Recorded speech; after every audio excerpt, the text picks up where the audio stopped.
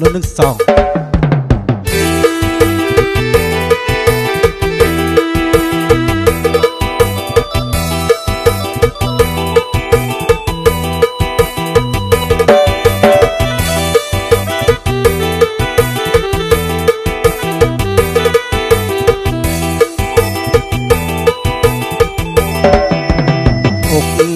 หักน้องยอมฟังความแม่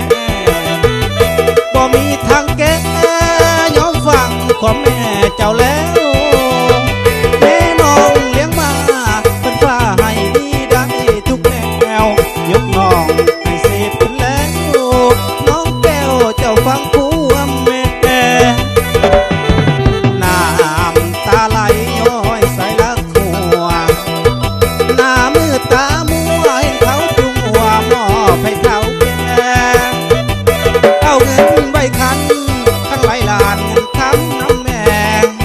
ก็เลยยกน้องเท่าแม่ยอมสิแฟยอมแต่งกับเขายอมเกือบยอมกิน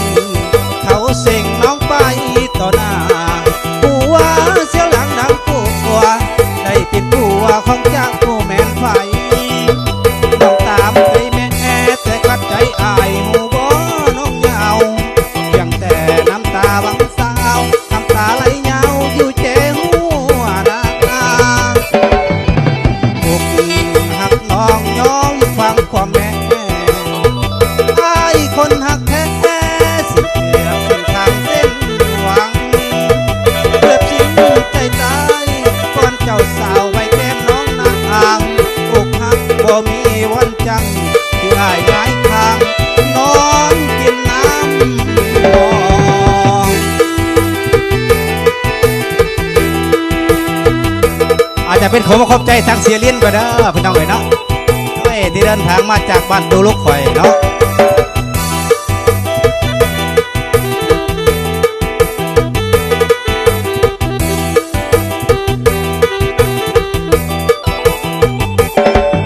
เกือบยอมทิ้ง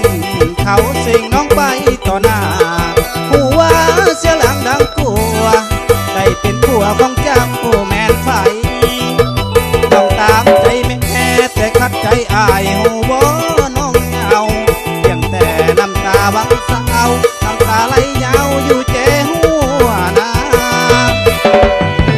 อกหักน้องยอมฟังความแม่คนหักแท้สิ้นเกือบเส้นทางเส้นหวัง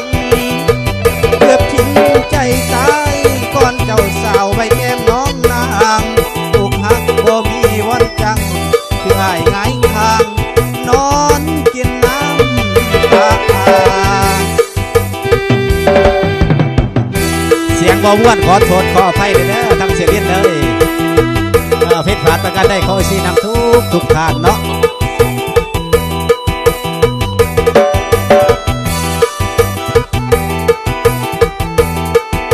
และขอบอกขอบใจทางบุ้งนุ่มเสียงใสพี่น้องเลยที่ฮับใส่อยู่บ้านห้วยไร่เฮาเนาะขอขอบใจ